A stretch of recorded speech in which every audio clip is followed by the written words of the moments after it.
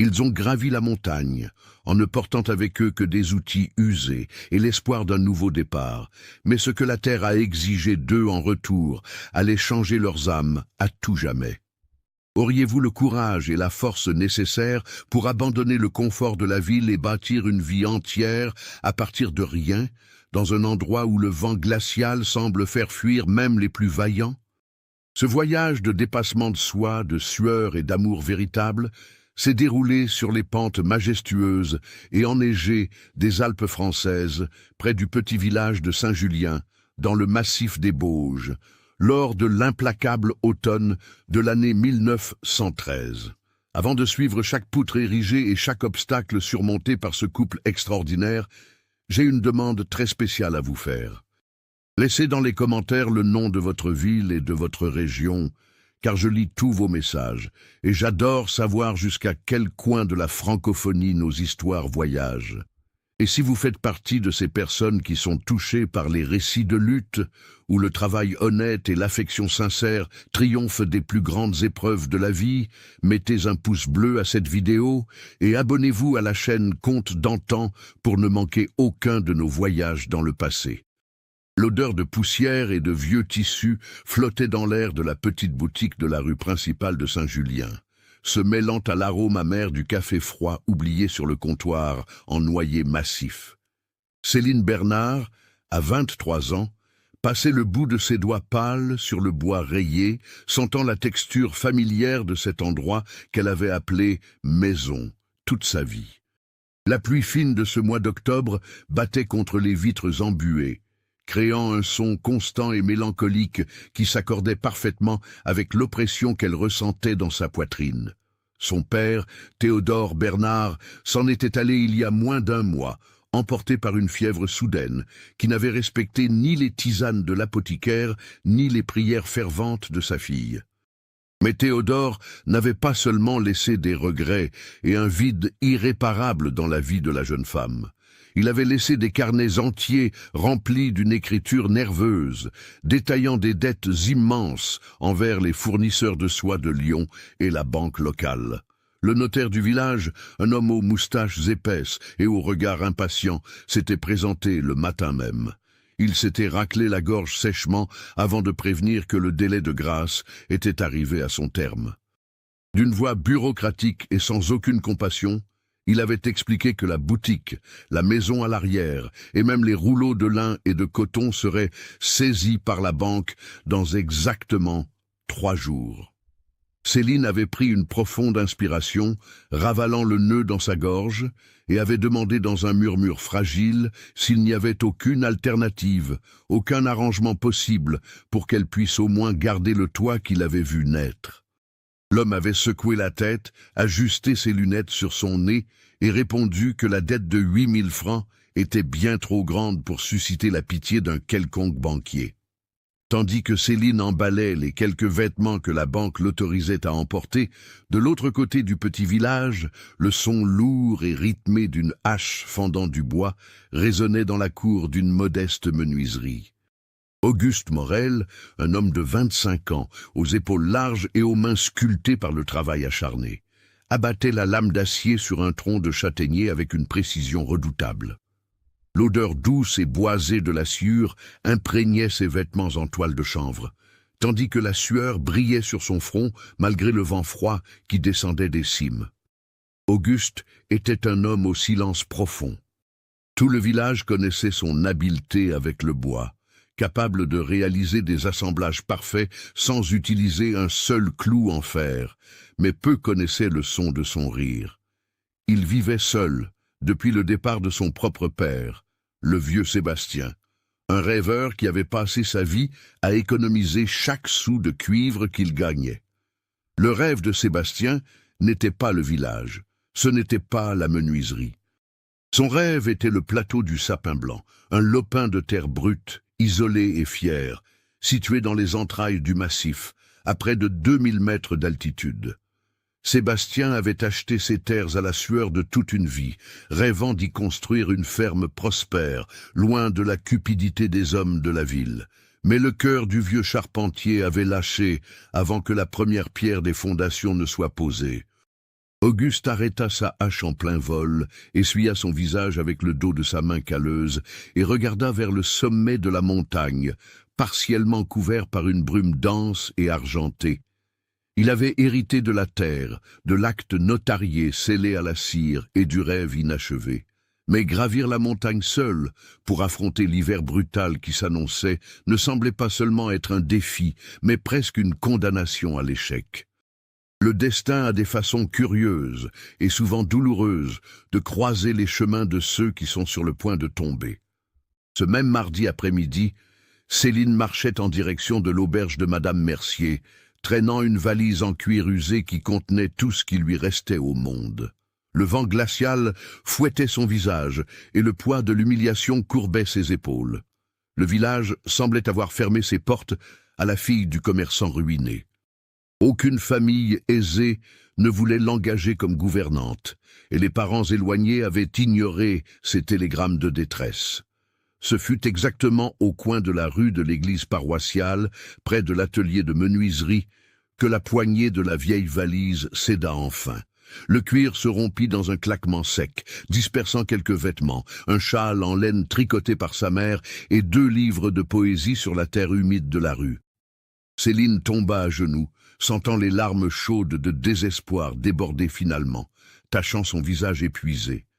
Elle tenta de ramasser ses affaires à la hâte, les mains tremblantes de froid et de honte.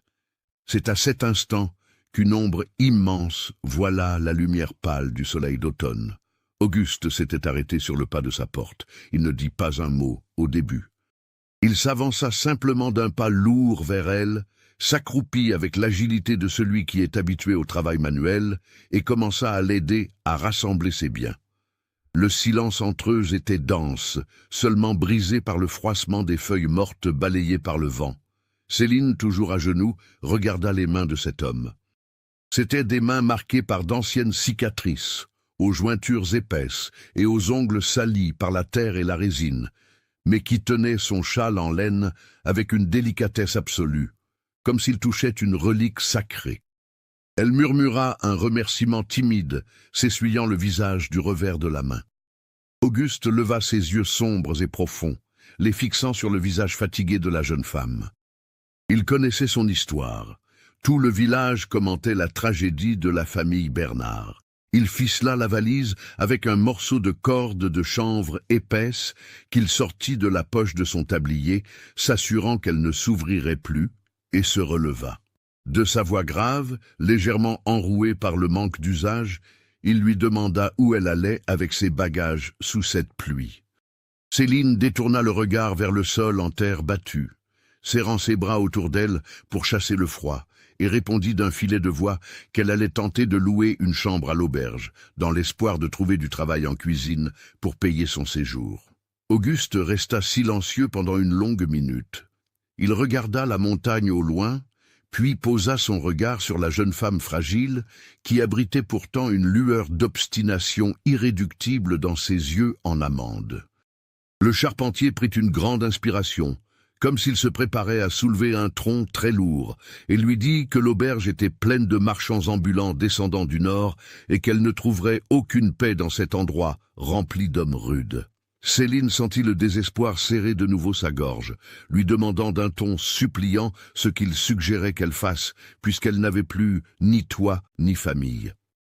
Ce fut alors qu'Auguste Morel lui fit la proposition qui allait changer le cours de leur vie pour l'éternité.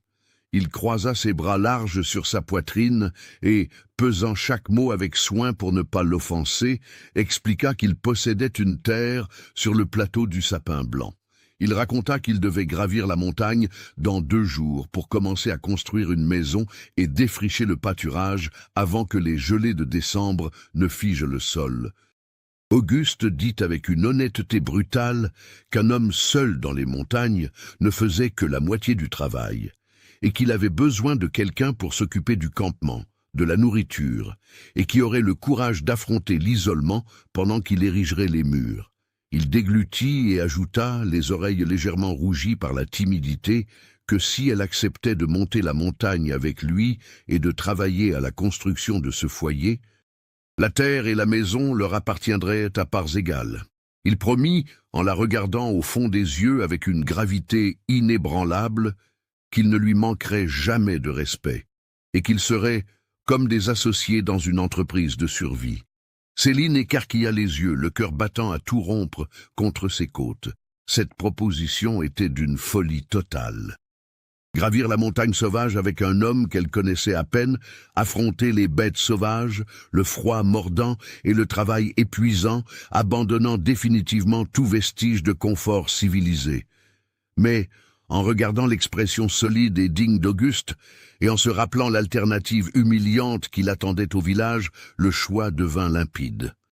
Elle releva le menton, essuya la dernière larme qui perlait sur son visage, et répondit d'une voix ferme qu'elle acceptait l'accord, à condition qu'ils partent avant l'aube, pour que personne au village n'ait l'occasion de juger sa décision.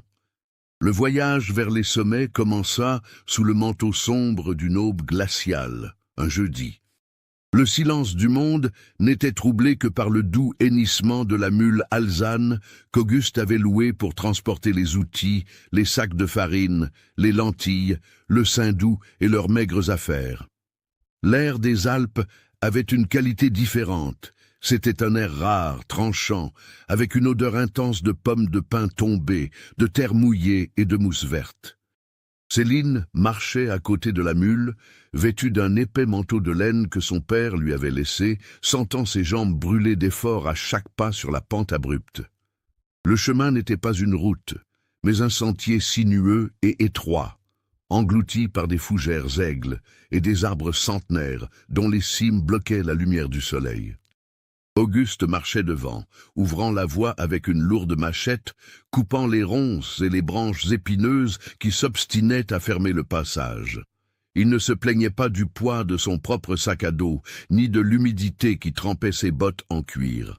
De temps à autre, il arrêtait sa marche, se retournait et demandait, avec une inquiétude silencieuse, si elle avait besoin de se reposer. Céline, haletante, les cheveux collés au front par la sueur froide, secouait toujours la tête négativement, mentant qu'elle allait parfaitement bien. Elle ne voulait pas être un fardeau dès le premier jour de sa nouvelle vie. À midi, la fatigue présenta l'addition. Ils s'arrêtèrent près d'un ruisseau aux eaux si limpides et glacées qu'elles semblaient faites de cristal liquide. Le son de l'eau courant sur les pierres grises apportait une paix étrange à cet environnement inhospitalier. Auguste sortit une timbale en émail, cabossée de son sac, la remplit dans la rivière et la lui tendit. Lorsque les doigts de Céline effleurèrent les siens une fraction de seconde en prenant la timbale, elle sentit une chaleur inattendue irradier de cette main rugueuse, un contraste saisissant avec l'eau glaciale. Il baissa rapidement les yeux, dissimulant le moment en ajustant la charge sur la selle de la mule. Tandis qu'il mâchait en silence des morceaux de pain dur avec du fromage affiné, Céline observa l'homme qui était désormais son unique lien avec la survie. Il émanait de lui une force tranquille, une résilience que la terre semblait exiger de quiconque osait fouler son sol. Auguste, de son côté, remarqua la façon dont elle ne s'était pas plainte des égratignures que les épines avaient laissées sur ses mains, ni de la boue qui tachait l'ourlet de sa robe sombre. Il sentit un profond respect commencer à germer dans sa poitrine, admirant le courage silencieux de cette citadine qui affrontait désormais la sauvagerie de la montagne sans verser une seule larme de regret. Ce n'est qu'à la fin du deuxième jour de marche, alors que le soleil se cachait déjà derrière les pics dentelés, peignant le ciel de teintes violet profond et orange incandescent, qu'ils arrivèrent enfin au plateau du sapin blanc. Céline s'arrêta sur la crête et perdit le souffle, non pas de fatigue, mais face à la grandeur brute de ce qui s'étendait sous ses yeux. La parcelle était un immense plateau ondulé, recouvert d'herbes hautes qui balançaient sous le vent fort, entouré par une forêt dense de mélèzes majestueux qui semblaient toucher le ciel. Il n'y avait pas de maison, il n'y avait pas de clôture. Il n'y avait aucun signe de présence humaine, à l'exception de quelques piquets de bois pourris que le vieux Sébastien avait plantés des années auparavant. L'isolement était absolu, magnifique et terrifiant à la fois. Le vent hurla, apportant avec lui un froid mordant qui traversait les vêtements de laine comme s'ils étaient de papier. Le défi monumental qu'ils avaient devant eux devint effroyablement réel. Ils ne devaient pas seulement construire une maison, ils devaient dompter un morceau indomptable de la nature avant qu'elle ne les dévore. La première nuit fut un test d'endurance que Céline n'oublierait jamais. Auguste monta un abri de fortune en utilisant une bâche cirée attachée entre 4 troncs de sapin, créant un toit bas pour les protéger de l'humidité glaciale de la nuit. Ils ramassèrent du bois sec dans l'obscurité, tâtant la forêt avec précaution. Le son de la première allumette grattée contre la boîte et l'odeur du soufre brûlé furent les petits miracles de cette nuit-là. Lorsque les flammes du feu de camp s'élevèrent enfin, illuminant leurs visages fatigués et projetant des ombres dansantes sur la bâche, un sentiment de soulagement temporaire lava leur fatigue. Auguste plaça une marmite en fonte sur le feu, réchauffant un peu de soupe aux choux avec du lard salé. L'odeur de la nourriture chaude dans l'air glacial de la montagne était la chose la plus réconfortante que Céline ait jamais sentie. Ils mangèrent en silence, assis sur des troncs abattus, assez proches pour que la chaleur du feu les réchauffe tous les deux, mais gardant une distance respectueuse. Après avoir nettoyé la marmite, Auguste tira sa couverture en laine écrue et s'installa sur le sol dur en terre, à l'extérieur de l'abri, lui laissant entièrement la partie couverte et la mieux protégée. Céline le regarda, recroquevillé sous le froid rigoureux, et protesta à voix basse, disant qu'il y avait de la place pour 2 sous la bâche et qu'il allait geler dehors. Auguste eut un sourire en coin, un petit sourire rare qui illumina ses yeux un instant, et répondit d'une voix douce qu'il était fait d'écorce de chêne, habitué au froid, et qu'elle devait dormir à l'abri pour avoir des forces le lendemain. Ce geste de protection silencieuse, dénué de toute arrière-pensée et chargé d'une véritable sollicitude, planta la première graine de quelque chose de bien plus grand que la gratitude dans le cœur de la jeune femme. Lorsque la première lumière de ce vendredi transperça le brouillard épais qui recouvrait le plateau, le véritable travail commença. Et il fut brutal. Auguste délimita avec des piquets et de la ficelle l'endroit exact où la maison serait érigée, tournant le dos au vent du nord et faisant face au lever du soleil, profitant de chaque goutte de chaleur que la montagne pourrait offrir. La première phase consistait à creuser les tranchées pour les fondations, entaillant une terre compactée par des siècles de gel et de soleil, pleine de grosses racines et de pierres obstinées. Le son constant de la pioche heurtant les pierres devint la nouvelle musique de leur vie. Auguste frappait le sol avec une force constante, les muscles de son dos se tendant et se relâchant dans un rythme hypnotique, tandis que la sueur détrempait sa chemise. Céline ne resta pas là à attendre. Elle noua l'ourlet de sa robe autour de sa taille, enfila de lourdes bottes et commença à ramasser les pierres plus petites qu'il arrachait du sol, les transportant dans un panier en osier pour former les tas qui seraient plus tard utilisés pour les fondations. Le poids des pierres écorchait ses mains et engourdissait ses bras, mais elle ne s'arrêtait pas. À chaque voyage avec le panier plein, elle prouvait à la montagne et au charpentier qu'elle n'était pas une demoiselle inutile. Dans les jours qui suivirent, une routine épuisante mais étrangement harmonieuse s'établit entre eux. Ils se réveillaient avant le soleil, l'herbe couverte d'une fine couche de givre blanc qui craquait sous les bottes. Tandis qu'Auguste partait dans les bois couper les arbres droits qui serviraient de piliers principaux, le son de sa hache brisant le silence de l'aube, Céline s'occupait du feu, préparait le café fort et faisait bouillir des légumes racines pour le premier repas. Elle apprit à cuire du pain sur une plaque en fonte au-dessus du feu, l'odeur de la pâte grillée se mêlant à la fumée de bois. Lorsqu'ils revenaient, traînant d'immenses troncs avec l'aide de la mule, leur repas se déroulait dans une proximité confortable. Le silence n'était plus gênant, il était devenu un langage à part entière entre eux. Un après-midi, alors qu'elle tentait de soulever une pierre particulièrement lourde pour la trancher, Céline perdit l'équilibre et la roche glissa, écorchant son avant-bras et dessinant une fine ligne de sang sur sa peau claire. Elle poussa un petit cri de douleur contenue. Avant qu'elle n'ait pu cligner des yeux, Auguste était à ses côtés. Il jeta sa houe à terre, prit le bras de la jeune femme avec une délicatesse qui contrastait avec sa carrure, et examina la coupure en fronçant les sourcils d'inquiétude.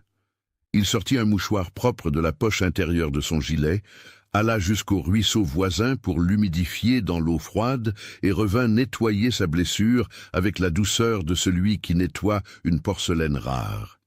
Il murmura, sans la regarder directement dans les yeux, qu'elle devait faire attention, car la montagne ne pardonnait pas les inattentions.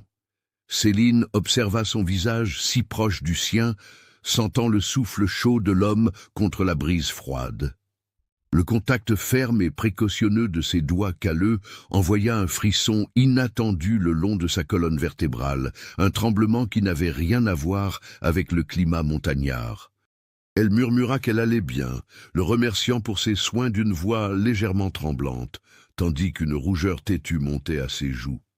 Ce bref moment de vulnérabilité partagée cimenta une confiance mutuelle que 1000 mots n'auraient jamais pu construire. En 2 semaines, les fondations en pierre étaient prêtes, suffisamment solides et profondes pour supporter les tempêtes et les vents les plus féroces. La prochaine étape serait d'ériger la structure en bois, le squelette du foyer. Mais ce fut au 20e jour de travail sur le plateau du Sapin Blanc que le sentiment d'isolement pacifique fut abruptement brisé. Le soir tombait, colorant les nuages d'un gris plomb menaçant, lorsque le bruit de sabots de chevaux frappant le sol en terre résonna depuis le sentier principal. Ce n'était pas leur mule, et ce n'était pas un seul cheval. Auguste lâcha immédiatement sa scie, sa posture se durcissant, et marcha pour se placer devant l'abri où Céline rangeait les provisions, formant un bouclier naturel avec son propre corps. De la brume légère qui montait de la pente, émergèrent 2 cavaliers bien vêtus, portant d'épaisses capes de laine et montant de formidables chevaux de race.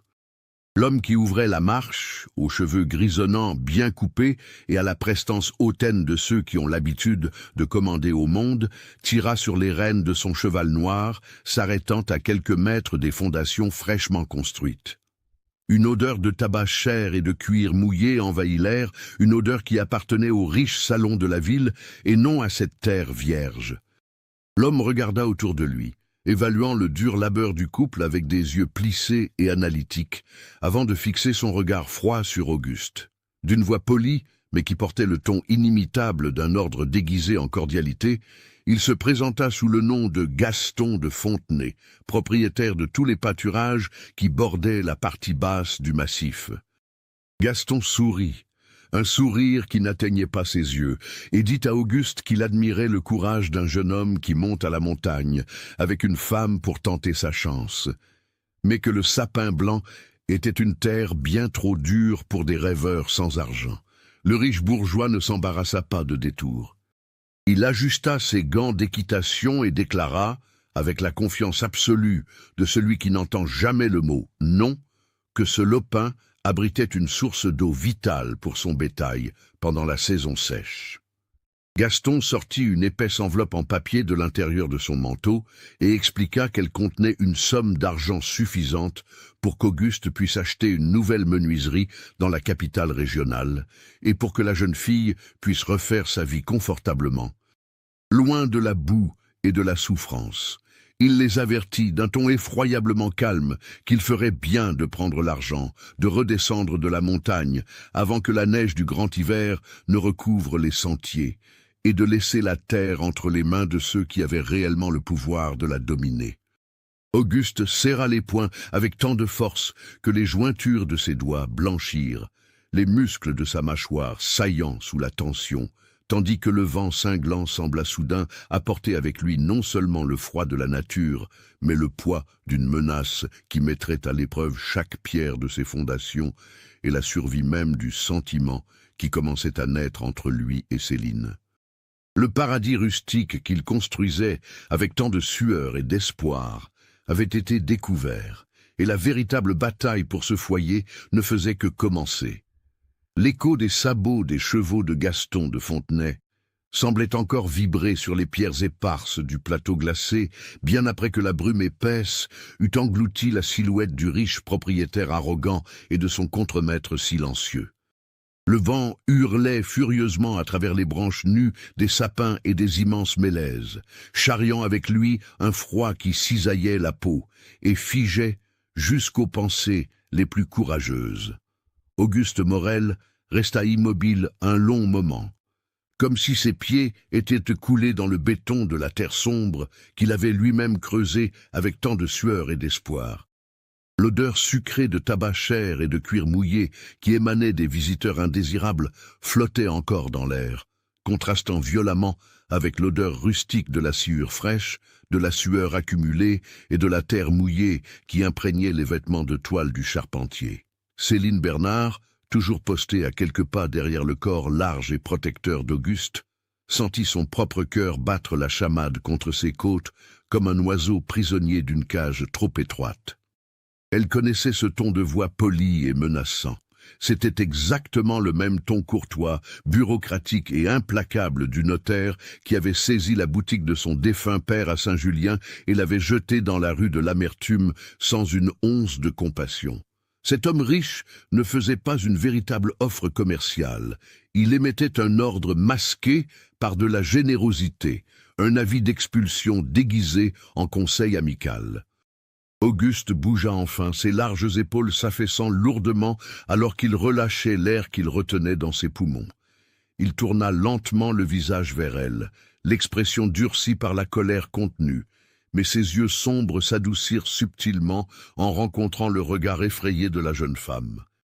Le charpentier se frotta la nuque avec sa main calleuse, tachée de résine de pin, soupirant avant d'expliquer d'une voix grave que Gaston possédait la seule route charretière décente qui reliait les pentes inférieures de la montagne au village. Il dit que, si le propriétaire décidait de fermer les portes de la route principale avec des chaînes et des cadenas en acier, il devrait descendre par la forêt vierge au milieu de l'hiver rigoureux, juste pour pouvoir acheter une poignée de sel ou un litre de pétrole. Auguste déglutit, la honte colorant légèrement le bout de ses oreilles, et avoua avec une honnêteté douloureuse que l'argent de cette épaisse enveloppe aurait pu lui donner la chance de retourner à la civilisation avec dignité, peut-être d'ouvrir une petite boutique de tissus en ville et de ne plus jamais avoir besoin de brûler ses mains sensibles au feu de camp lors des aubes glaciales. Céline sentit son sang bouillir d'une indignation soudaine, une colère qui n'était pas dirigée contre lui, mais contre l'idée simple et lâche d'abandonner le seul endroit qui l'avait accueilli. Elle combla la distance entre eux d'un pas ferme, ignorant la boue qui salissait l'ourlet de sa robe en laine sombre, pointa un doigt tremblant vers les fondations en pierre massive sur le sol et déclara, la voix brisée mais pleine d'une conviction inébranlable, qu'elle préférait manger des racines amères et dormir sur le sol dur de cette montagne pour le reste de sa vie, plutôt que d'accepter l'aumône empoisonnée d'un homme arrogant qui pensait pouvoir acheter l'âme des gens. Elle plongea son regard au fond des yeux intenses d'Auguste, releva son menton taché de suie et murmura qu'elle avait scellé un pacte sacré avec lui ce jour de pluie au village, pas avec le riche bourgeois, et qu'elle ne quitterait cette terre que lorsque la maison serait complètement achevée, avec un toit solide contre les tempêtes et de la fumée chaude s'échappant de la cheminée en pierre. Le long regard silencieux et chargé d'électricité qu'ils échangèrent à cet instant n'eut besoin d'aucun mot supplémentaire pour se faire comprendre. Il y avait là une promesse implicite de loyauté profonde, forgée dans le feu de l'épreuve. Un lien invisible, qui commençait à prendre des racines bien plus profondes et robustes que celles des vieux arbres alentour. Les 3 semaines suivantes se transformèrent en une course effrénée et désespérée contre le calendrier implacable de la nature. Le mois de novembre déversa sur les Alpes une succession de pluies fines, glacées et persistantes, qui transformèrent l'intégralité du lot en un bourbier glissant et traître, testant la patience et l'endurance physique des 2 bâtisseurs jusqu'à la limite du supportable. Il devait élever les murs de pisé et de bois avant que les redoutables gelées du mois de décembre ne gèlent l'humidité de la terre, rendant absolument impossible le moulage des briques rustiques ou le damage de la boue dans les armatures de bois. La routine quotidienne devint un mécanisme de survie et d'effort physique extrême qui commençait avant même que le soleil ne pointe à l'horizon gris. Auguste s'enfonçait dans la forêt dense, avec sa hache affûtée, abattant de longues poutres de chêne et de hêtre, traînant les troncs lourds avec l'aide de la mule alezane, tandis que ses épaules palpitaient de douleur et que ses vêtements étaient complètement trempés par la bruine constante. Le son rythmique et solitaire de la hache frappant le bois dur résonnait dans la vallée comme le battement de cœur de la montagne elle-même. Pendant ce temps, Céline, qui 2 mois plus tôt vendait de la dentelle fine et des rubans de soie derrière un comptoir poli et propre, pétrissait maintenant la boue rouge pieds nus, mélangeant la terre argileuse avec des poignées de paille sèche et des seaux d'eau glaciale puisés dans le ruisseau voisin. Le froid cinglant remontait par ses talons, engourdissant ses membres jusqu'à presque lui faire perdre la sensibilité de ses jambes. Mais elle n'interrompit pas son mouvement méthodique une seule seconde. Le son humide de la boue projetée contre les armatures de branchages tressés remplissait les longs après-midi silencieux. Lors d'un mardi particulièrement sombre, alors que le brouillard dense avalait même la lumière opaque du midi, la fatigue accumulée présenta son cruel tribut. Céline glissa lourdement sur l'herbe mouillée alors qu'elle portait un panier bien trop lourd, rempli de mortiers de terre, pour colmater une fissure en haut du mur. Elle tomba à genoux, avec un bruit sourd, sur les pierres tranchantes des fondations, renversant le panier et ruinant le dur labeur de près de 2 heures. La frustration, la douleur aiguë dans ses genoux écorchés et l'épuisement profond firent finalement céder les barrages de sa retenue émotionnelle. Elle cacha son visage dans ses mains tremblantes et couvertes de boue rouge et commença à pleurer en silence, ses frêles épaules secouées par des tremblements violents sous son châle de laine humide.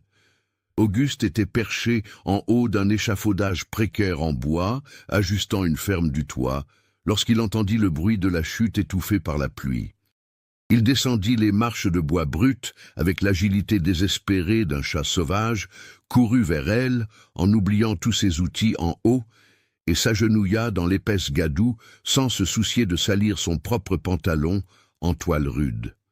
D'une délicatesse effarante pour des mains aussi grandes, rustiques et meurtries par le travail de force, le charpentier repoussa le panier renversé d'une petite poussée, prit un lambeau de tissu propre dans la poche intérieure de son gilet et le trempa dans une flaque d'eau de pluie qui s'était formée dans le creux d'une pierre.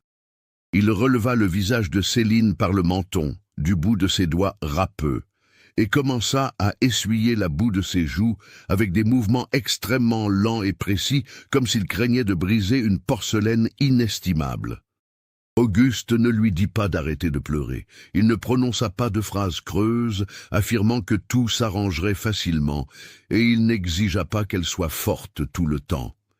Il murmura seulement, la voix étrangement voilée par une émotion qu'il luttait pour contenir, que la boue de cette montagne était têtue et dure comme la pierre, mais qu'il était profondément impressionné par la force inébranlable que possédaient ses mains délicates. Il lui confessa dans un murmure rauque, plongeant son regard directement dans les yeux, en amande embuée de larmes de Céline, que de toute sa vie, il n'avait jamais rencontré une femme avec autant de bravoure silencieuse, et que les murs de cette maison ne s'élevaient si fort que parce que son esprit indomptable soutenait chaque motte de terre.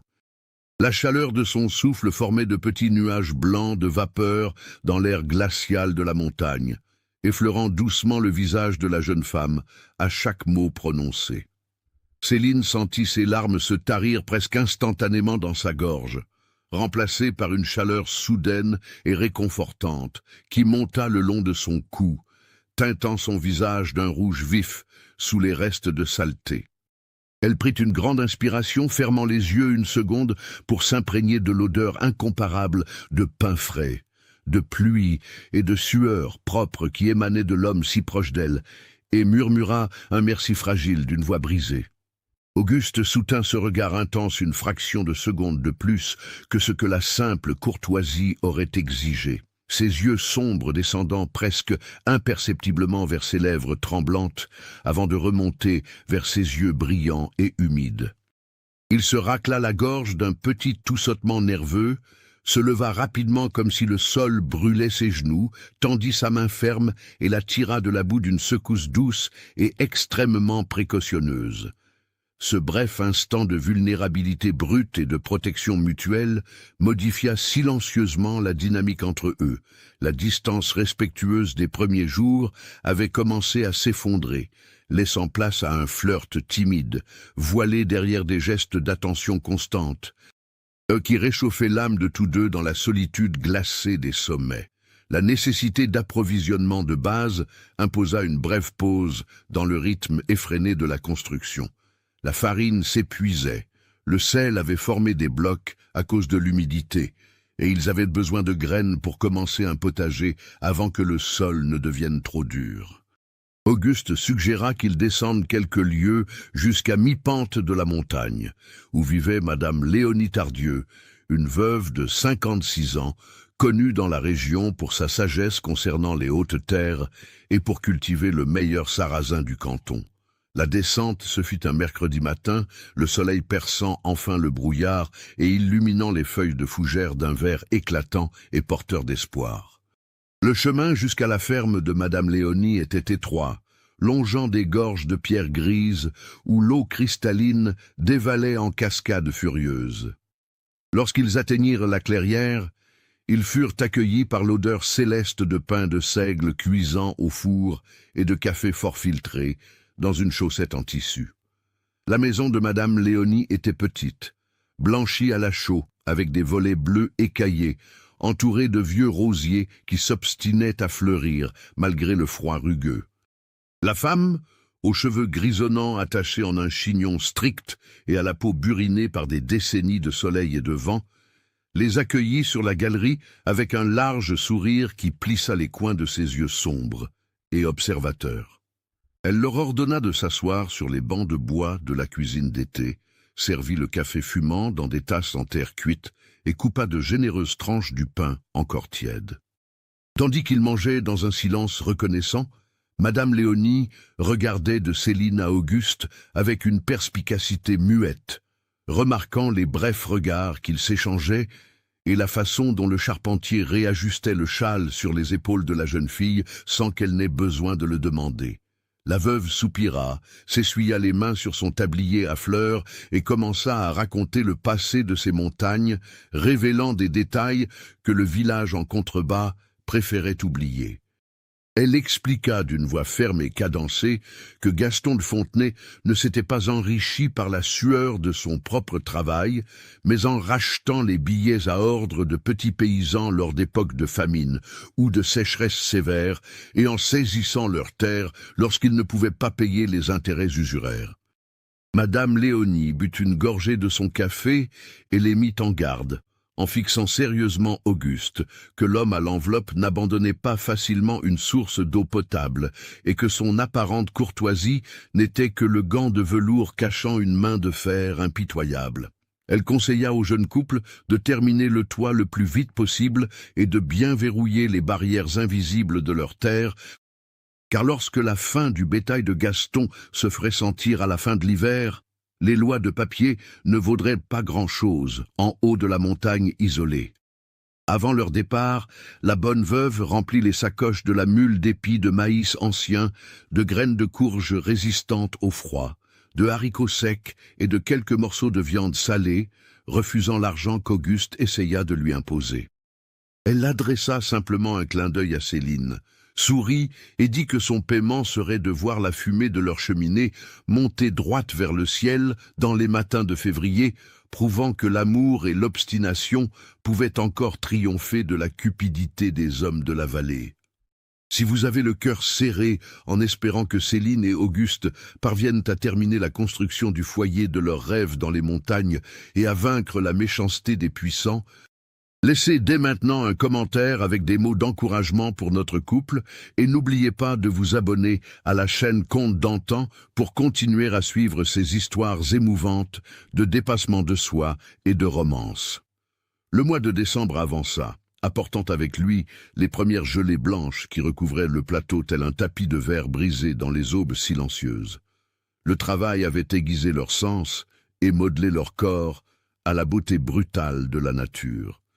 Auguste paraissait encore plus imposant. Les muscles de ses bras définis par l'effort de soulever des poutres, la peau de son visage légèrement tannée par le rare soleil et burinée par le vent constant.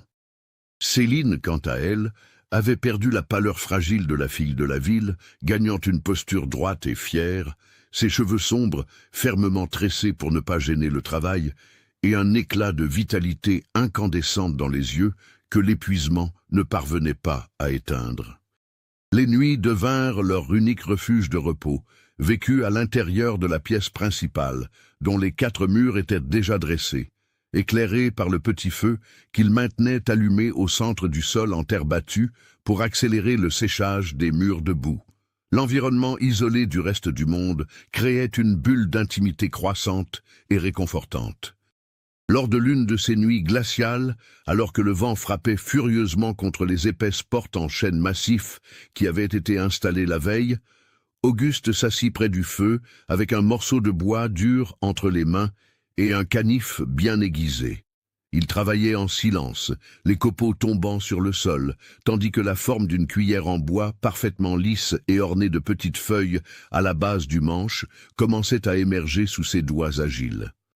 Céline était assise de l'autre côté du foyer, ses lunettes de lecture sur le bout du nez, reprisant une vilaine déchirure sur la manche du manteau de laine d'Auguste, avec un fil épais et une fine aiguille.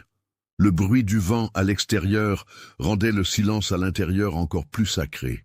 Elle acheva le dernier nœud, coupa le fil avec ses dents et marcha vers lui pour lui tendre le vêtement réparé. Le charpentier cessa de sculpter, épousseta la poussière de bois de son pantalon et prit le manteau en la remerciant avec un sourire qui illumina tout son visage sérieux. En retour, il tendit la main, lui offrant la cuillère en bois tout juste achevée. Céline prit l'ustensile, émerveillée par la douceur du bois poli et la délicatesse des détails creusés dans le manche. Elle passa son pouce sur le motif des feuilles, sentant sa poitrine se serrer d'émotion face à ce cadeau simple, mais chargé d'une signification immense, un objet fait spécialement pour le foyer qu'ils créaient ensemble. Elle lui demanda, la voix tremblante et un sourire timide dessinant ses lèvres, comment il parvenait à avoir tant de force pour ériger des murs entiers le jour et tant de délicatesse pour sculpter quelque chose de si petit la nuit. Auguste baissa la tête, sentant son visage chauffer, et répondit à voix basse que le bois disait toujours ce qu'il voulait être. Il suffisait d'avoir la patience de l'écouter, et qu'il souhaitait qu'elle ait de belles choses dans sa cuisine lorsque la maison serait prête. Il releva lentement les yeux, croisant son regard à travers les flammes dansantes du feu, et ajouta d'un ton grave que ses mains ne trouvaient leur véritable but que lorsqu'elles construisaient quelque chose qui la faisait sourire. Céline sentit une vague de chaleur balayer tout son corps, l'air devenant soudain raréfié dans la petite pièce. C'était l'un de ces moments de flirt indirect, pur et intense, où aucune déclaration d'amour n'est faite à haute voix, mais où le cœur comprend exactement la magnitude de ce qui a été dit entre les lignes. Elle s'assit à côté de lui sur le banc rustique, épaule contre épaule, la chaleur de son corps irradiant à travers les vêtements épais, et ensemble, ils observèrent le feu brûler toute la nuit, unis par une complicité inébranlable. Mais la paix conquise sur la montagne exige toujours un prix élevé pour être maintenue.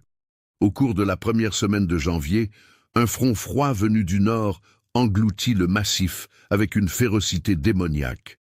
Ce ne fut pas seulement du gel, ce fut un blizzard soudain et violent qui transforma le paysage en un désert blanc et mortel en l'espace de quelques heures. La température chuta de façon drastique en dessous de 0, gelant l'eau dans les seaux en bois à l'intérieur de la maison et recouvrant le toit encore inachevé d'une couche épaisse et dangereuse de glace. À l'aube du lundi, Auguste se réveilla en sursaut au son du hennissement désespéré de la mule dans la petite étable provisoire qu'ils avaient de bâtie près des rochers. Il ouvrit la porte avec difficulté, repoussant la barrière de neige qui s'était accumulée sur le seuil, et se retrouva face à un spectacle dévastateur.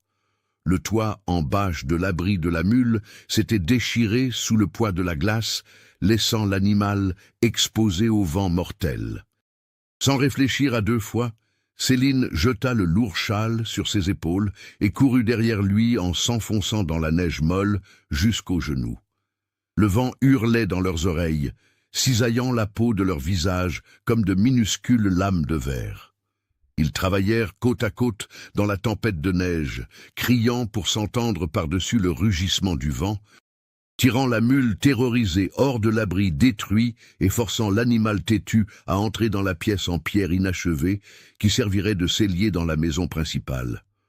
Auguste avait les lèvres violettes de froid et les mains tremblantes alors qu'il tentait de dénouer les nœuds gelés des cordes, mais Céline ne recula pas, utilisant son propre corps pour réchauffer le cou de l'animal jusqu'à ce qu'il soit en sécurité entre les murs épais. La crise du blizzard prouva la solidité de la maison qu'ils avaient construite, mais apporta un problème encore plus grand et invisible. Le bois sec qui restait avait été presque entièrement mouillé. Le toit principal n'était fait qu'à moitié, et le stock de pétrole pour les lampes tempêtes touchait à sa fin. Auguste évalua la situation d'un regard sombre, les épaules tendues. Il déclara, la voix rendue cassante par l'inquiétude, qu'il devait descendre au village de toute urgence pour chercher plus d'huile et des clous de fixation avant qu'une deuxième tempête ne les enferme sur le plateau pour de bon. Céline le supplia d'attendre que le temps s'éclaircisse, mais il argumenta que leur survie à tous les deux dépendait de la fermeture de ce toit avant la fin de la semaine. La descente commença un mercredi matin, le soleil se reflétant douloureusement sur la neige d'un blanc aveuglant. Mais le périple du charpentier fut interrompu brutalement à mi-chemin, juste en dessous des terres de Madame Léonie. La route principale, la seule voie assez large pour laisser passer la mule chargée, était bloquée par une immense barrière de troncs de chêne fraîchement construite, verrouillée par une épaisse chaîne en acier et un formidable cadenas. Un panneau de bois fraîchement peint était cloué sur le tronc central, avertissant que le passage était la propriété privée du domaine de Fontenay et que les intrus seraient accueillis à coups de fusil. La prédiction sombre et calculée de Gaston s'était concrétisée au pire moment possible. Il n'avait utilisé ni armes ni hommes de main violents. Il avait utilisé le froid de la nature et les lois de la propriété pour asphyxier le jeune couple dans leur forteresse inachevée, les forçant à l'abandon par pur épuisement et manque de ressources. Auguste s'arrêta devant la barrière verrouillée, le sang battant à ses tempes et une colère chaude montant dans sa poitrine. Le dilemme moral heurta violemment sa conscience d'homme honnête. Il tenait la lourde hache dans ses mains gantées. Un coup précis sur la vieille chaîne résoudrait le problème immédiat, mais ferait de lui un criminel aux yeux de la loi du village, donnant à Gaston l'excuse parfaite dont le riche propriétaire avait besoin pour envoyer la gendarmerie les expulser de la montagne menottés comme de vulgaires bandits. Le charpentier prit une profonde inspiration, soufflant des bouffées de vapeur furieuses dans l'air glacé. Il savait que la force brute ne vaincrait pas la ruse d'un homme de pouvoir. Avec un effort monumental de maîtrise de soi, Auguste rangea la hache sur la selle de la mule, fit demi-tour et décida de suivre le chemin dangereux, le sentier caché sur les pentes escarpées à l'arrière du massif, dont Madame Léonie avait parlé une fois dans un murmure. C'était une voie presque invisible par laquelle les anciens colporteurs passaient des siècles auparavant pour éviter les taxes du royaume, bien trop abruptes, bien trop dangereuses, et complètement libérée des chaînes du châtelain. La lutte pour la survie de l'amour et du foyer sur le plateau du Sapin Blanc avait cessé d'être uniquement dirigée contre les forces implacables de la nature sauvage pour se transformer de manière définitive en une épreuve absolue de ruse, d'endurance et de courage contre les pièges silencieux des hommes. Le temps jouait contre eux, le froid mordait jusqu'aux os, et le toit de la maison réclamait encore d'être fermé avant que le véritable cœur de l'hiver ne s'éveille. Le chemin de traverse du massif n'était ni une route, ni même un sentier. C'était une vieille cicatrice, presque effacée, sur le flanc rocheux de la montagne, un vestige des pas répétés des colporteurs et des contrebandiers qui avaient traversé ces hauteurs 2 siècles auparavant, lorsque l'administration royale exigeait de lourds tributs pour chaque raccourci officiel traversant les crêtes. Madame Léonie avait évoqué cette voie un après-midi dans un murmure prudent, presque par hasard, disant seulement que les anciens de la région appelaient ce sentier le chemin du sapin, car il grimpait par les roches les plus abruptes du versant nord, où les nuits d'automne, les lucioles s'accumulaient en telle quantité dans les mousses humides que la forêt semblait éclairée par 1000 petites flammes frémissantes. Il était dangereux de le descendre au cœur de l'hiver. Il était presque impossible de le faire en portant une lourde charge sur une mule effrayée, mais c'était le seul chemin qui ne passait pas par les grilles de fer et de bois du fier Gaston de Fontenay. Auguste tira fermement sur les rênes de la mule alezane, ajusta les sacoches en cuir, remplies d'outils, et les paniers qu'il devait remplir de provisions au village, et jeta un dernier regard au plateau qu'il laissait derrière lui. La maison se dressait, ferme et solide, contre le ciel d'hiver couleur de plomb sale, avec ses murs épais de terre rougeâtre et les poutres de chêne déjà en place sur le toit, n'attendant plus que les tuiles en terre cuite et la tuile faîtière pour être véritablement achevées. À travers la vitre rustique de la pièce principale, il aperçut la lumière vacillante de la lampe à pétrole presque vide, un point doré et fragile palpitant contre l'immensité grise de la montagne. Il sut que Céline était éveillée, sans doute en train de repriser un vêtement ou de réorganiser le stock de nourriture pour la 5e fois de la semaine, comme elle le faisait chaque nuit avant de se coucher. Cette façon bien à elle de garder ses mains occupées pendant que son esprit pensait et analysait le monde en silence. Cette image simple, le frémissement doré de la lumière à la fenêtre de la maison qu'ils érigeaient ensemble, serra quelque chose dans la poitrine du charpentier avec une force qui le surprit par son intensité. Il tourna le visage vers le sentier obscur, respira l'air glacial et coupant de cette aube de janvier et commença à descendre. Le chemin du sapin méritait chaque once du respect terrifié que les anciens lui portaient. Les 300 premiers mètres de descente se faisaient par un corridor de pierres plates et énormes qui s'emboîtaient comme les dents tordues de la mâchoire d'un géant endormi, lisse et traîtresse à cause de l'humidité que la végétation rase retenait comme des éponges vivantes. La mule protesta par des hennissements nerveux et graves dès le premier pas, ses pattes arrière vacillant sur les pierres polies, tandis qu'Auguste la guidait avec toute la patience et la fermeté qu'il parvenait à rassembler. Le vent de la montagne, dans cet étroit couloir rocheux, acquérait une personnalité furieuse et imprévisible, soufflant en rafales qui surgissaient de directions inattendues, transportant avec elle de minuscules éclats de glace qui brûlaient la peau exposée de son visage comme des aiguilles de fer chauffées à blanc. Le charpentier enroula un morceau de tissu épais autour de ses oreilles et de sa nuque, baissa le large bord de son chapeau de feutre marron jusqu'à ses yeux et continua de descendre, pas à pas, tâtant prudemment chaque pierre du bout de sa botte avant d'y transférer le poids de son corps. Le brouillard épais qui montait de la vallée transformait le chemin en un labyrinthe de formes vagues et menaçantes, où chaque tronc abattu semblait un nouvel obstacle et chaque ombre sombre sur la pierre pouvait être un trou assez profond pour briser une cheville.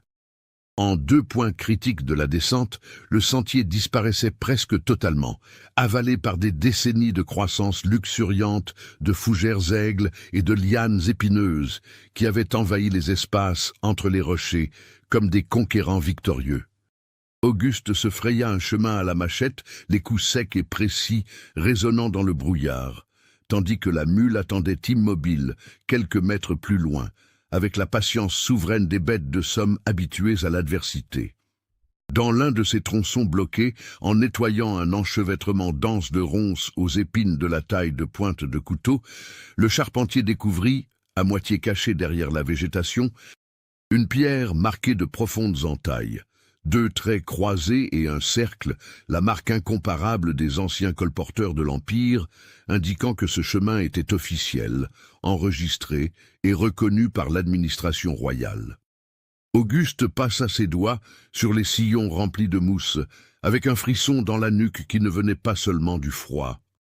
Cette marque était plus ancienne que d'eux, plus ancienne que le domaine de Gaston de Fontenay, plus ancienne que la commune elle-même.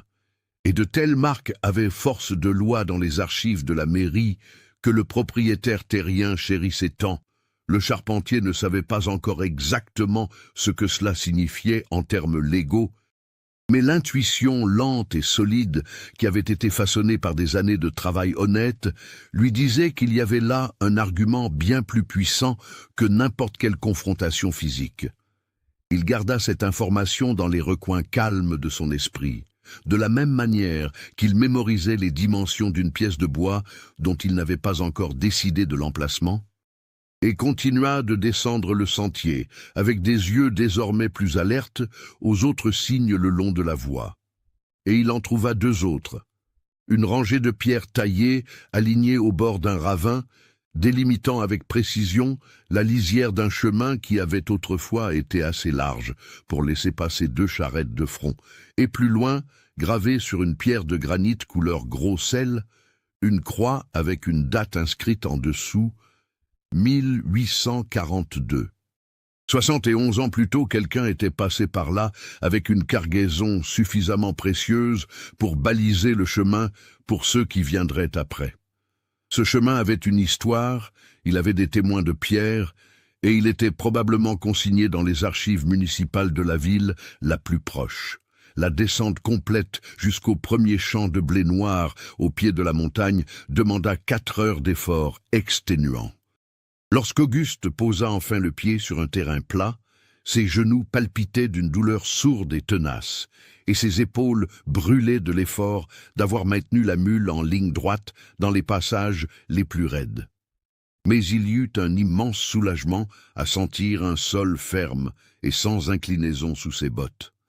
Il s'arrêta près d'un ruisseau et laissa la mule boire abondamment, pendant que lui-même se penchait pour s'asperger le visage d'eau glacée, sentant le choc thermique dissiper l'engourdissement de la fatigue. Le premier signe de civilisation fut l'odeur de fumée et de ragoût de lentilles qui provenait d'une petite propriété entourée de rondins de bois à environ 200 mètres de la rive du cours d'eau. Un vieux chien bedonnant leva paresseusement la tête en l'entendant approcher, grogna un avertissement sans conviction et se rendormit sous le maigre soleil de midi. Le propriétaire des lieux était un homme d'une 50aine d'années, nommé Honoré, le teint brûlé par le soleil, peu bavard et doté de dents en or qui brillaient lorsqu'il souriait, ce qu'il faisait généreusement. Lorsqu'il apprit qu'Auguste était le jeune homme qui était monté sur le plateau du Sapin Blanc avec une jeune fille du village pour tenter de bâtir une ferme sur le terrain du vieux Sébastien Morel, Honoré ouvrit grand les bras et lui ordonna d'entrer, disant que la marmite de lentilles et de saucisses fumées était prête depuis 1 heure et qu'il était criminel de manger seul.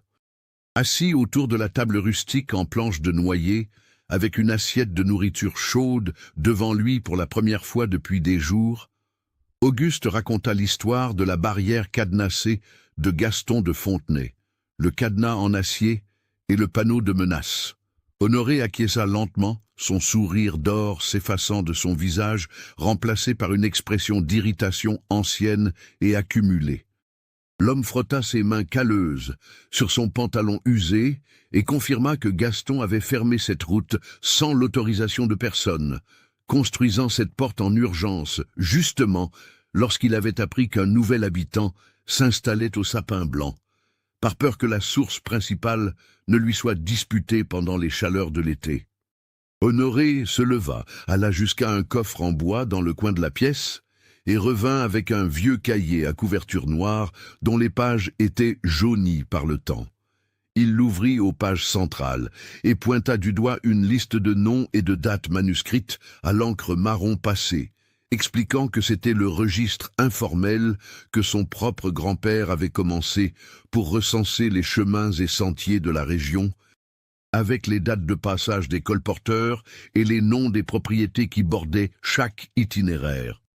La route que Gaston avait bloquée s'y trouvait, enregistrée sous le nom de route du Val Profond, datée de 1842, identifiée comme un chemin d'usage commun de la région montagneuse.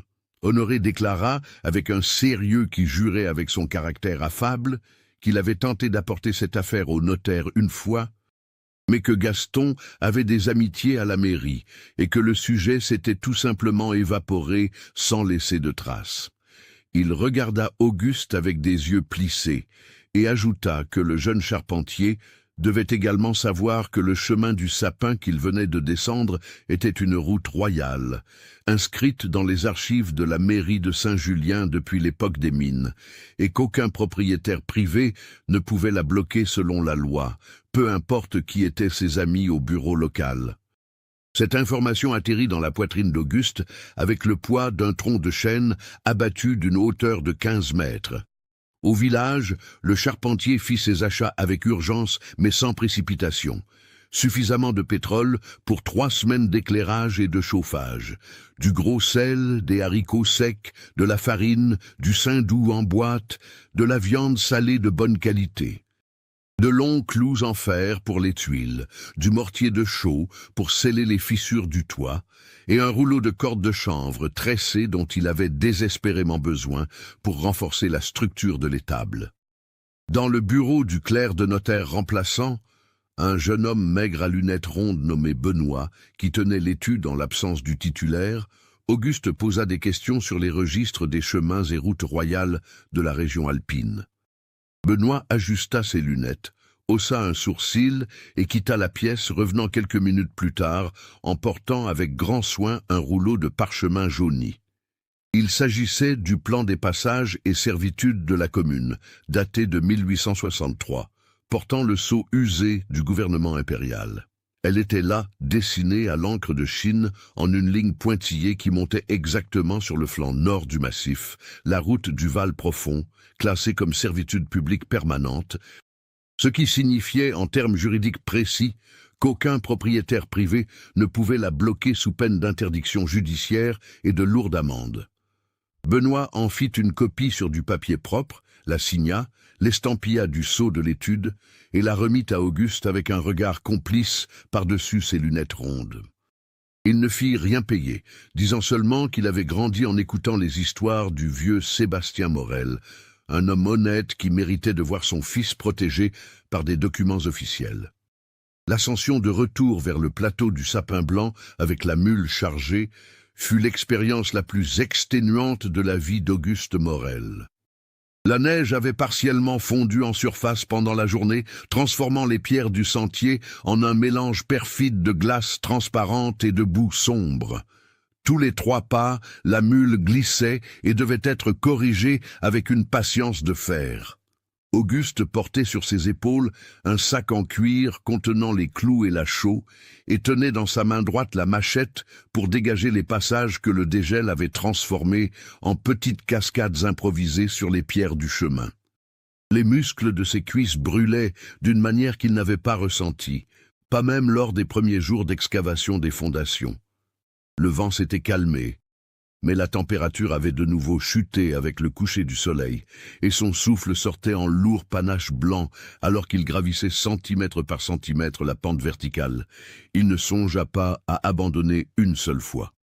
Chaque pas difficile était franchi avec l'image de la lueur de la lampe à la fenêtre gravée dans son esprit, ce point doré et fragile qui l'attendait tout là-haut.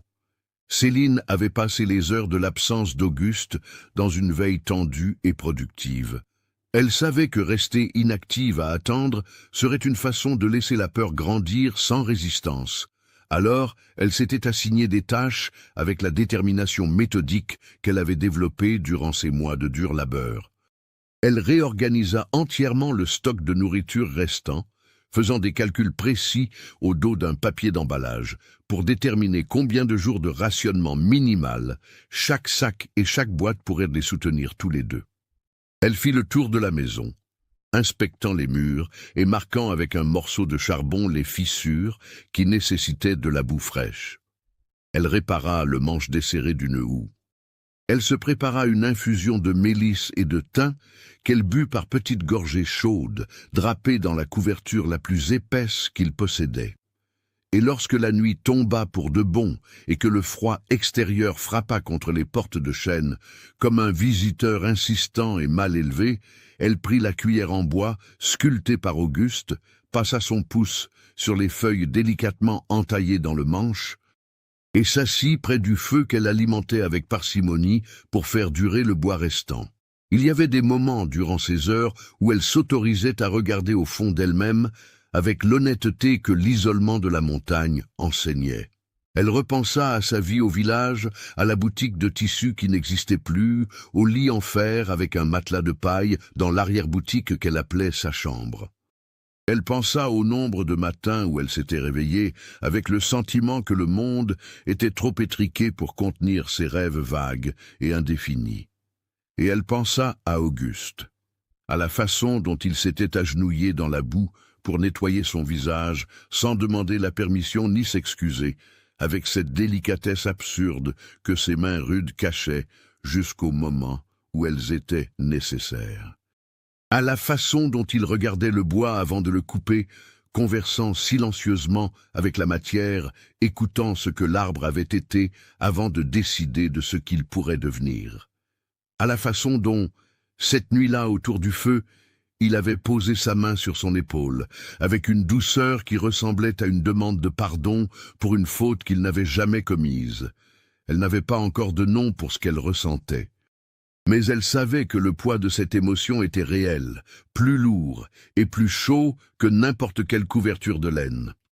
Au 3e jour de l'absence d'Auguste, alors que la réserve de bois de chauffage était considérablement réduite et que l'angoisse rongeait les bords de sa patience, Céline entendit le son qu'elle avait tant attendu, le hennissement reconnaissable de la mule alezane. Ce son légèrement rauque et protestataire que l'animal poussait en atteignant le sommet de la côte. Elle se trouvait à 8 mètres de la porte lorsque le bruit lui parvint, et ce furent les 8 mètres les plus rapides que ses pieds aient jamais parcourus de toute sa vie. Elle ouvrit la lourde porte en chêne avec tant de force qu'elle heurta le mur de pierre, laissant la poignée de fer marquer la chaux, et courut dans l'air extérieur glacé, sans châle ni couverture. Auguste traversait la dernière pierre plate du plateau, la mule chargée derrière lui, les yeux creusés et fatigués, le visage marqué par l'effort de 3 jours de marche. Lorsqu'il la vit courir vers lui, ses cheveux sombres dénoués volant dans le vent froid, et ses yeux grands ouverts, il s'arrêta net au milieu d'un pas. Le cœur du charpentier rata un battement entier. Elle s'arrêta à 2 pas de lui, les poumons brûlants d'avoir inhalé l'air glacial par rafale pendant sa course, et regarda l'homme épuisé devant elle. Auguste avait des cernes sombres et profonds, une vilaine égratignure sur la joue droite où une branche lui avait fouetté le visage pendant la descente, et sa botte gauche était déchirée sur le côté. Mais ses yeux sombres et sérieux, qui cédaient rarement à la fatigue, brillaient de quelque chose qui ressemblait fort au soulagement de celui qui revient là où il a besoin d'être. Il dit d'une voix rauque et usée qu'il avait réussi à tout obtenir, les clous, le pétrole, la farine et la viande salée, et qu'il avait aussi ramené quelque chose de plus précieux que n'importe quelle denrée. Céline fit le dernier pas qui les séparait et leva les bras, serrant avec force les larges épaules glacées du charpentier dans une étreinte qui ne demanda ni permission ni planification.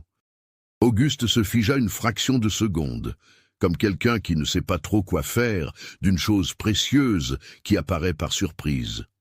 Puis, lentement, ses bras lourds et épuisés remontèrent le long du dos de la jeune femme pour l'enlacer avec une fermeté silencieuse, et il maintint cette étreinte pendant un long moment, son nez enfoui dans ses cheveux, sentant la chaleur de sa tête contre sa poitrine froide, comme le rare soleil de février sur les pierres froides des Alpes. Ce fut l'instant où les derniers murs invisibles qui restaient entre eux s'effondrèrent enfin, sans fracas, sans cérémonie, seulement avec le silence absolu et satisfait de ceux qui rentrent chez eux. Avec les provisions réapprovisionnées, le sprint final pour achever le toit commença avec une urgence renouvelée et pleine d'énergie. Le ciel de janvier avait ouvert une rare fenêtre de 2 jours d'un soleil faible, mais stable, le genre de répit que le massif accordait de temps à autre, comme s'il observait si les mortels avaient le courage de profiter de la trêve. Ils ne gaspillèrent pas une minute. Auguste montait et descendait de l'échafaudage avec une agilité restaurée par le repos et les repas chauds, ajustant les lourdes tuiles en terre cuite rouge sur la charpente en bois, avec la précision d'un artisan qui connaît chaque mesure et chaque angle de l'ouvrage. Céline passait les tuiles d'en bas dans une chaîne cadencée, plaçant chaque pièce dans les mains tendues du charpentier, puis se chargeait de mélanger le mortier de chaux et de sable qui colmaterait les lattes et fermerait les plus grandes fentes. Le rythme entre eux était accordé comme un instrument qui avait été joué assez longtemps pour trouver son propre ton naturel. Il n'avait plus besoin d'instruction ou de demande. Il suffisait d'un regard, d'un geste de la main ou d'un hochement de tête pour que l'étape suivante débute sans interruption. À la fin de la 2e journée ensoleillée, alors que l'horizon teintait d'orange et de violet profond les plus hauts sommets alentour, Auguste descendit de l'échafaudage pour la dernière fois avec un objet simple dans sa main tendue, la tuile faîtière en céramique blanche qui couronnerait le sommet du toit. Céline était en bas, les mains couvertes de mortier sec, le visage taché de poussière de chaux et les yeux écarquillés alors qu'il remontait avec la pièce fixée à sa ceinture. Le silence du plateau était absolu lorsqu'il plaça la faîtière sur le point le plus haut du toit, scellant la dernière jonction avec une épaisse couche de mortier blanc. Et alors, ce petit élément de céramique ordinaire se transforma en l'aboutissement de mois de sueur, de douleur et de détermination qui dépassaient de loin la résistance normale des corps humains. Auguste resta figé en haut de l'échafaudage un long instant, regardant le toit achevé qui s'étendait sous ses pieds, les rangées précises de tuiles rouges que lui et Céline avaient posées une par une. Le sentiment qui l'envahit n'avait pas de nom simple et clair. C'était un mélange de gratitude, de fierté, de fatigue profonde et d'une joie si dense qu'elle lui serrait la gorge, comme des larmes refoulées depuis trop longtemps. Il descendit lentement de l'échafaudage, et lorsque ses pieds touchèrent le sol, Céline se tenait devant lui, les yeux brillant dangereusement. Elle montra le toit du doigt et dit, la voix étranglée par l'émotion, qu'il avait terminé. Auguste leva les yeux, puis la regarda et répondit d'une voix très basse qu'ils avaient terminé ensemble. La différence dans cette petite correction représentait le monde entier. Ce soir, si vous n'êtes pas encore abonné à la chaîne Contes d'Antan, c'est le moment parfait pour le faire, car nous approchons des instants les plus poignants de cette magnifique histoire d'amour et de bâtisseurs que Céline et Auguste ont vécue dans les montagnes. Et vous ne voudrez pas manquer la fin qu'ils méritent, après tant de luttes et de dévouements partagés. Cette nuit-là, pour la première fois depuis qu'ils avaient gravi le plateau du Sapin Blanc, la pluie, qui se mit à retomber au dehors, ne pénétra pas dans la maison. Elle frappa le toit de tuiles rouges avec un son plein et musical, glissa le long des corniches en bois et s'écoula sur le sol à l'extérieur comme il se devait. Les murs secs et le plafond fermé transformèrent la pièce principale en un véritable havre de chaleur, chauffé par la cheminée en pierre qu'Auguste alluma avec du bois de chêne sec et odorant, la première flambée de cette maison fonctionnant exactement comme prévu. L'odeur de la fumée douce et du bon bois se consumant lentement emplit chaque recoin de la pièce. Se mêlant à l'odeur de la terre sèche des murs et à la cire d'abeilles avec laquelle Céline avait enduit les planches du parquet cet après-midi-là. C'était une odeur de foyer, une odeur de permanence. Auguste se dirigea vers le sac de voyage en cuir suspendu à un clou derrière la porte et en retira, avec le soin de quelqu'un manipulant une relique, une bouteille en verre sombre avec un bouchon en liège. L'étiquette en papier, rédigée à la main en petits caractères, disait simplement « Vin de la vendange de 1908 », avec le nom de Sébastien Morel griffonné au dos. Il tint la bouteille un long moment, ses doigts enroulés autour du verre froid, le regard fixé sur l'étiquette écrite par la main de son père. Céline s'approcha en silence, observant le visage de l'homme et comprenant immédiatement le poids de cet objet sans avoir besoin d'explication. Elle effleura le flanc de la bouteille, à côté de ses mains, et demanda d'une voix très douce si le vieux Sébastien avait précisé quand elle devait être ouverte. Auguste respira profondément, la réponse venant lentement, comme lorsqu'on retrouve un souvenir perdu dans un coin oublié, et raconta que son père avait enveloppé la bouteille dans une toile de jute et l'avait cachée au fond de son sac de voyage le jour où il lui avait remis l'acte de propriété, en disant seulement qu'elle devait être bue lorsque le toit de la maison des sapins serait fermé, car ce serait le jour où le rêve d'un vieil homme serait devenu réalité entre les mains d'un jeune homme. Céline décrocha 2 timbales en émail du crochet en fer qu'elle avait installé près de la cheminée, les posa sur la table rustique aux larges planches qu'Auguste avait assemblées cette semaine-là, et déclara avec une douce fermeté que le vieux Sébastien était présent en cet instant, autant que tout homme vivant pouvait l'être, et qu'ils honoreraient son rêve en buvant ce vin avec la dignité qu'il méritait. Auguste déboucha la bouteille d'une main légèrement tremblante, versa le vin sombre et corsé dans les 2 gobelets émaillés, et leva le sien vers le plafond refermé. Ils ne prononcèrent pas de toast. Ils regardèrent seulement tous les 2 le toit de bois qui avait tant coûté, burent en silence, et le vin avait un goût fort, légèrement sucré et imprégné par le temps, qui descendit en réchauffant chaque parcelle de son trajet. La conversation qui s'ensuivit pendant cette longue nuit fut différente de toutes les précédentes. Il n'y avait plus l'urgence du travail qui attendait, ni la tension d'une tempête menaçante, ni l'ombre de Gaston planant comme un nuage d'orage sur leurs projets. Il n'y avait que le feu, le vin corsé du vieux Sébastien, la pluie sur le toit étanche, et 2 êtres humains qui avaient passé des mois côte à côte, dans la fatigue et la lutte, découvrant que la proximité forgée dans la sueur et la difficulté possédait une qualité différente et plus profonde que tout autre rapprochement, que le monde civilisé et confortable du village aurait pu offrir. Auguste raconta sa jeunesse à Saint-Julien, les années passées à apprendre la menuiserie avec un vieux maître qui enseignait davantage par l'exemple que par les mots, la première fois où il avait réalisé un assemblage parfait, sans aucun clou, juste bois contre bois, et la satisfaction physique et réelle que cela lui avait procuré sur le dos des mains. Céline écouta chaque mot avec l'attention totale, de celle qui reconnaît dans une autre âme les traits de son propre langage, et lorsqu'il termina, elle parla des livres de poésie qu'elle avait gardés dans sa valise abîmée, les seuls biens qu'elle avait choisi de sauver lorsque la banque lui avait tout pris, et comment les mots de ces livres lui avaient toujours semblé être une forme de construction aussi précise que la charpenterie, des briques de sens emboîtées avec soin pour soutenir quelque chose qui autrement n'aurait eu aucun appui. Auguste la regarda pendant un long moment, avec une expression qu'elle n'avait jamais vue sur ce visage sévère, quelque chose entre l'admiration et la reconnaissance profonde, et il dit à voix basse qu'il n'avait pas réalisé jusqu'à cet instant à quel point ils faisaient tous les 2 la même chose, de manière complètement différente.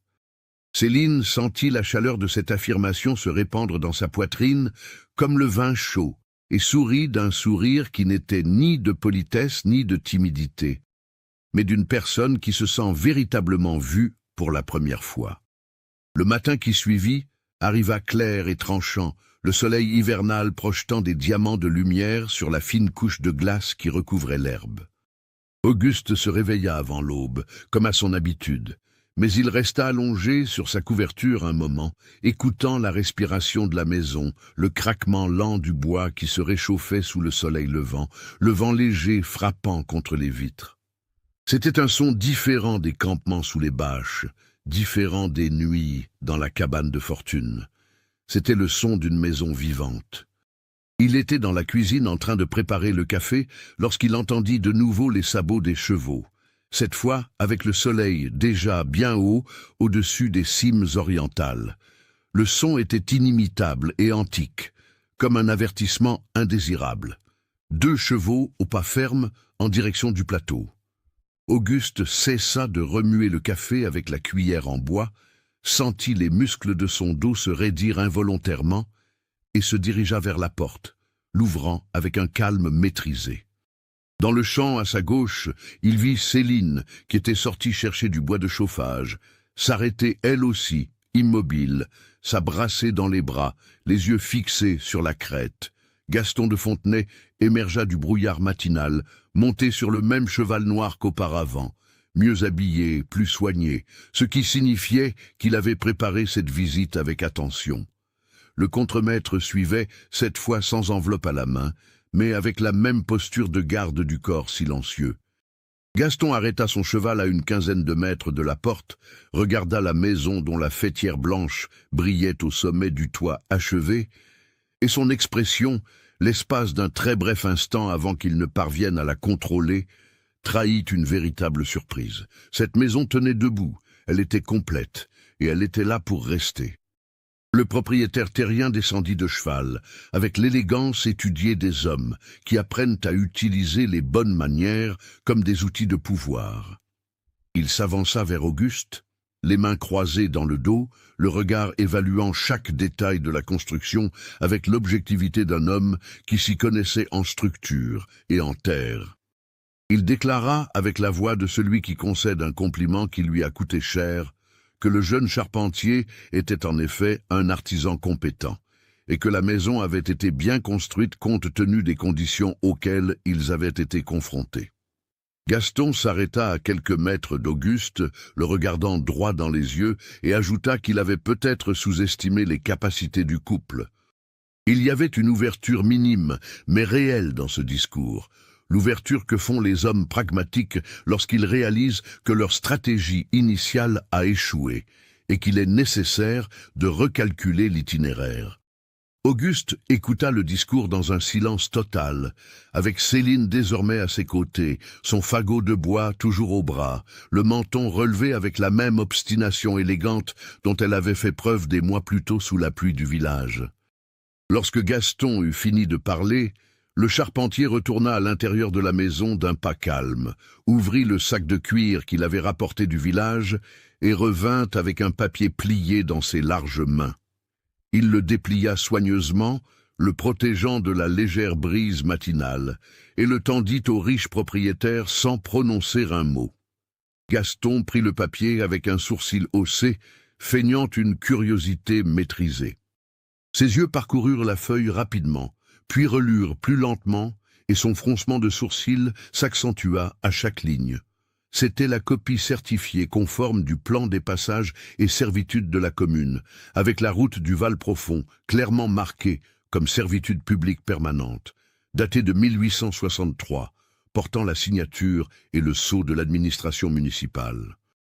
Auguste croisa les bras sur sa poitrine, le regard direct et absolument serein, et expliqua de la voix calme de celui qui n'a pas besoin de crier pour être entendu, que la barrière construite sur la route du Val Profond bloquait une voie publique enregistrée depuis 70 ans dans les archives communales, ce qui constituait, d'après les explications généreuses du clerc de notaire, une obstruction illégale de servitude publique, passible d'une amende et d'une interdiction judiciaire de la part des autorités préfectorales. Il ajouta, sans quitter des yeux le visage de plus en plus tendu du châtelain, qu'il n'avait pas prévenu le gendarme ni le magistrat du canton, parce qu'il préférait régler les problèmes entre voisins de bonne foi, comme les hommes civilisés que la montagne exigeait qu'ils soient. Gaston plia le papier avec des gestes trop contrôlés pour être naturels, les mâchoires travaillant en silence pendant un long moment. Il regarda Céline, qui soutint son regard sans ciller, puis se tourna de nouveau vers Auguste. Le riche propriétaire affirma, après un silence qui dura assez longtemps pour que le vent change de direction par 2 fois, qu'il reconnaissait la validité du document. Auguste laissa le silence reposer sur cette déclaration un temps adéquat, puis proposa un accord avec la voix directe et juste qu'il tenait de son père. Il expliqua que la source du plateau du Sapin Blanc était une eau pure et abondante, jaillissant des roches de granit les plus anciennes du massif, et que lors des années de graves sécheresses, le bétail des fermes de la vallée souffrait de la soif bien avant le mois d'août. Il proposa, en regardant le propriétaire dans les yeux, avec une tranquillité qui n'était pas de l'arrogance, mais bel et bien de l'inébranlabilité, que la route du Val Profond soit rouverte immédiatement et de manière définitive, sans cadenas et sans menace, garantissant le libre passage à toute personne ayant besoin de traverser la montagne. En échange de cette garantie de paix et du respect absolu des limites de la propriété des Morel, Auguste permettrait que, durant les mois de sécheresse les plus cruels, le bétail de Gaston de Fontenay ait un accès contrôlé à un petit bras de la source qui descendait vers la frontière sud du plateau. Il expliqua qu'il n'avait aucun intérêt à voir des animaux mourir de soif, ni l'envie de déclencher une guerre des clôtures qui empoisonnerait la terre pour les générations futures, mais qu'il exigeait le respect inconditionnel de sa maison et de sa famille. Le silence qui suivit la proposition fut lourd et chargé de calculs muets. Gaston de Fontenay était un homme d'affaires impitoyable, mais ce n'était pas un imbécile aveuglé par sa propre vanité. Il regarda le document portant le sceau impérial, regarda la posture solide du charpentier qui ne reculait pas d'1 millimètre, puis regarda la maison de pierre et de terre crue qui avait survécu au blizzard le plus brutal de la décennie.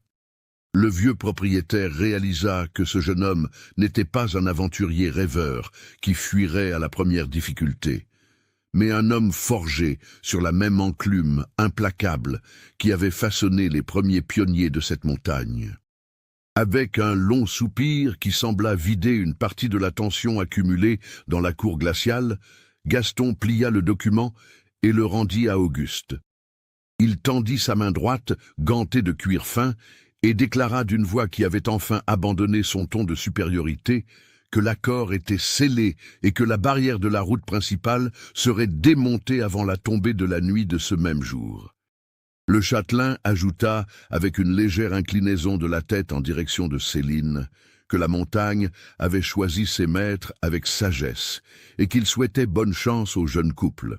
Lorsque Gaston et son contremaître remontèrent sur leurs chevaux et entamèrent la descente, disparaissant lentement dans le virage de la route de terre et de pierre, le son des sabots s'amenuisa jusqu'à être complètement englouti par le sifflement du vent dans les cimes des mélèzes. Auguste resta immobile, suivant des yeux l'endroit où les cavaliers s'étaient volatilisés, jusqu'à avoir la certitude absolue que la menace s'était dissipée pour de bon. Céline, qui avait retenu sa respiration bien trop longtemps, laissa glisser son fagot de bois de ses bras, le bois tombant sur le sol avec un bruit sourd qui brisa la transe du moment. La réalité de la victoire s'abattit sur eux avec le poids d'une montagne entière retirée de leurs épaules. Ils avaient gagné. La maison était prête, l'hiver était en train d'être dompté, et personne, absolument personne, ne leur prendrait cette terre. Auguste se tourna lentement vers Céline, ses larges épaules se détendant enfin, son souffle s'échappant en expirations irrégulières d'un soulagement pur et enivrant. Il fit un pas vers elle, puis un autre, jusqu'à être assez proche pour voir le reflet de la lumière du soleil matinal briller dans les yeux en amande de la jeune femme.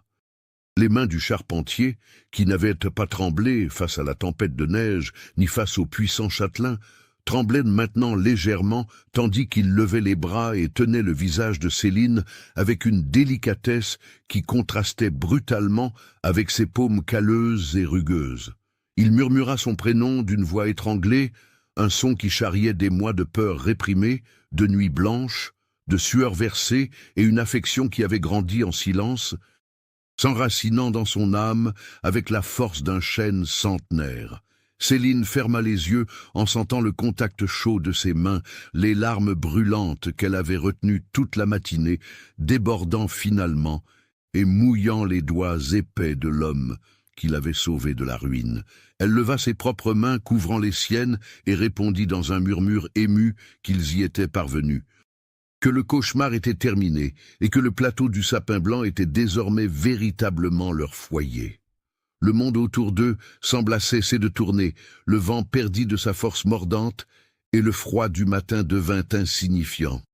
Sans qu'aucun des deux n'ait besoin de formuler une demande ou une déclaration élaborée, Auguste inclina lentement son visage, abolissant la dernière barrière de distance qui existait encore entre eux. Le premier baiser eut le goût salé des larmes de Céline, et la chaleur intense d'un feu qui avait été entretenu avec patience et respect durant les mois les plus difficiles de leur vie. Ce ne fut pas un baiser précipité ou désespéré, mais une rencontre profonde et immensément précautionneuse, une confirmation silencieuse que toutes les promesses non dites entre les poutres de bois et les briques de terre étaient réelles et définitives. Céline enroula ses bras autour du cou du charpentier, l'attirant plus près, sentant la solidité de son corps comme l'encre la plus sûre qu'elle ait jamais trouvée dans ce monde. Lorsqu'ils se séparèrent, juste assez pour respirer l'air raréfié des hauteurs, Auguste posa son front contre le sien, ses yeux sombres brillant d'une intensité nouvelle et bouleversante. Il déclara, de sa voix grave et tremblante d'émotion, qu'il avait promis de lui donner la moitié de cette terre et de construire un toit solide pour la protéger, mais que la vérité indéniable était que son cœur lui appartenait entièrement depuis le jour où il l'avait vu affronter la montagne sans verser une larme. Céline sourit, un sourire radieux et désarmé qui illumina tout le plateau, et répondit que le foyer qu'elle désirait n'était pas fait de pierres ou de bois, mais de son étreinte à lui, et qu'elle resterait à ses côtés sur cette montagne jusqu'au dernier de ses jours.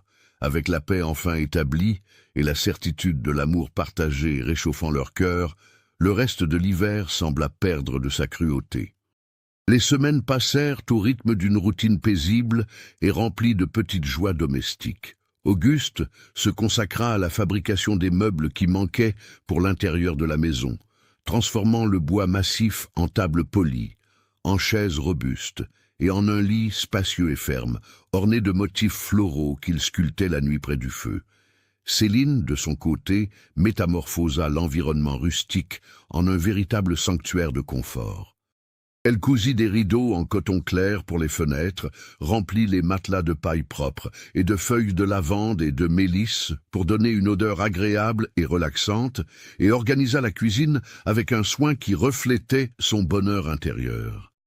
La dynamique entre eux était d'une complicité si parfaite que les mots devenaient souvent superflus. Un simple regard pendant le petit déjeuner ou un doux effleurement des mains en passant la porte suffisait à réaffirmer l'amour immense qui les unissait. Les aubes glaciales n'étaient plus effrayantes, car ils les affrontaient ensemble, protégés sous le même toit, réchauffés par le même feu et enveloppés dans la même épaisse couverture de laine, partageant des rêves et planifiant l'avenir prometteur qui se dessinait à l'horizon. Lorsque le mois d'avril arriva, les Alpes commencèrent à s'éveiller de leur long sommeil blanc et gris. La glace, accumulée dans les creux des rochers, fondit rapidement, se transformant en petits ruisseaux chantants qui dévalaient la montagne. Les champs d'herbes folles prirent des teintes vibrantes de vert tendre, et les anciens rosiers qui poussaient de façon sauvage près du bord du plateau explosèrent en bourgeons rouges et roses. Le printemps apporta avec lui un parfum doux de terre fertile et de fleurs sauvages, baignant la propriété d'une lumière dorée et tiède qui guérissait les os fatigués par l'hiver. Ce fut le moment d'ouvrir la terre à la vie nouvelle. Céline et Auguste travaillèrent ensemble sur la pente la moins abrupte, sarclant le sol sombre et riche et plantant avec un soin respectueux les graines de blé, de haricots et de courges que Madame Léonie leur avait données des mois auparavant. L'acte de semer, de déposer une promesse de vie dans la terre humide et de la recouvrir de leurs mains maculées de boue était la métaphore parfaite de ce qu'ils avaient fait avec leur propre cœur. L'effort physique n'était plus désormais une bataille désespérée pour la survie contre un froid mortel, mais un travail joyeux et plein d'espoir, accompagné de conversations douces, de rires libérés et de projets pour un verger de pommiers et de pêchers qu'Auguste voulait planter l'année suivante.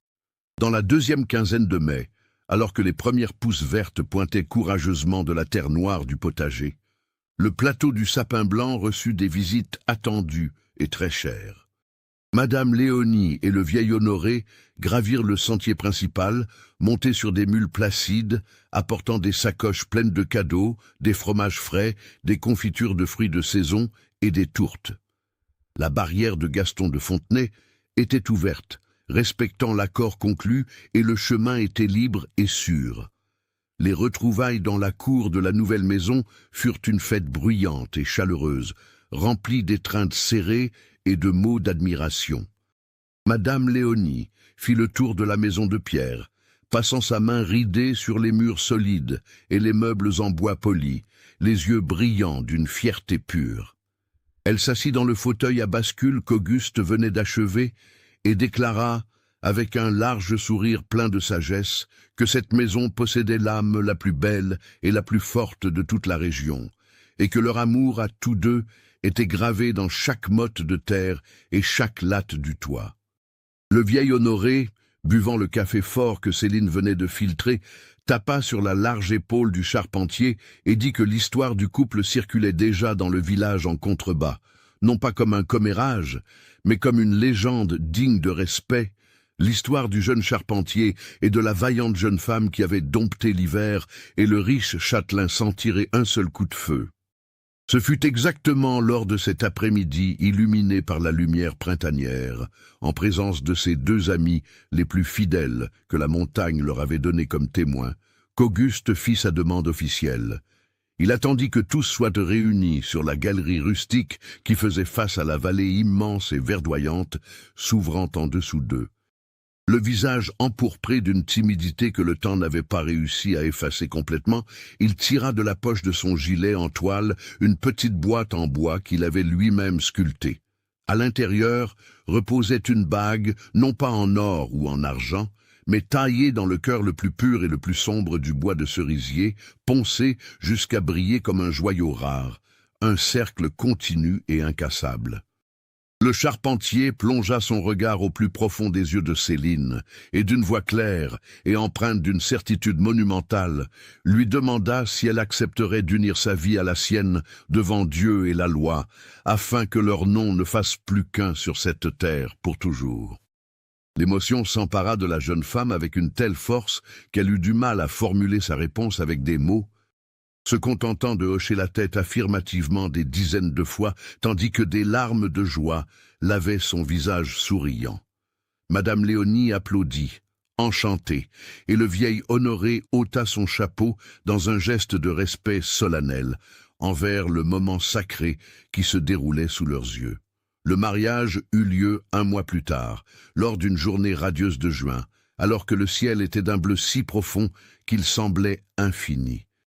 La cérémonie ne se déroula pas dans la somptueuse église du village, où le notaire et le banquier avaient coutume de s'asseoir au premier rang, mais la même, dans la cour verdoyante du plateau du sapin blanc, sous l'ombre protectrice d'un immense mélèze. Le vieux prêtre de la paroisse avait accepté de faire la longue ascension sur la mule d'Honoré, ému par l'histoire de persévérance et d'honnêteté qui entourait le jeune couple. Céline portait une robe simple en coton clair, ornée de dentelles fines, qu'elle avait elle-même conservée avec affection, et une couronne de fleurs sauvages blanches tressée dans ses cheveux sombres. Auguste portait un costume de lin qu'Honoré lui avait prêté, la posture droite, les épaules larges et le cœur battant d'une force sereine. L'échange des vœux se fit avec le son du vent léger, balançant les feuilles alentour, se promettant loyauté, protection, patience et amour éternel. Lorsque le prêtre prononça les derniers mots bénissant leur union et qu'Auguste glissa l'anneau en bois de cerisier au doigt de Céline, embrassant sa main avec dévotion, une nuée d'oiseaux s'envola des arbres voisins, comme si la nature elle-même célébrait la consolidation de cet amour né dans la boue et la souffrance, et qui fleurissait à présent dans la beauté du printemps. Les années qui suivirent le mariage s'écoulèrent comme les eaux claires du ruisseau qui traversait le plateau, constantes, pures et pleines d'une force vitale et transformatrice.